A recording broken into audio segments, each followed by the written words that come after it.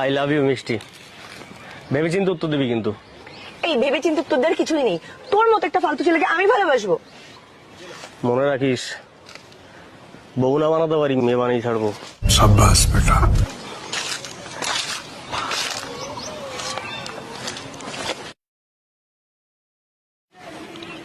হ্যাঁ ডার্লিং, তুমি খেয়েছো?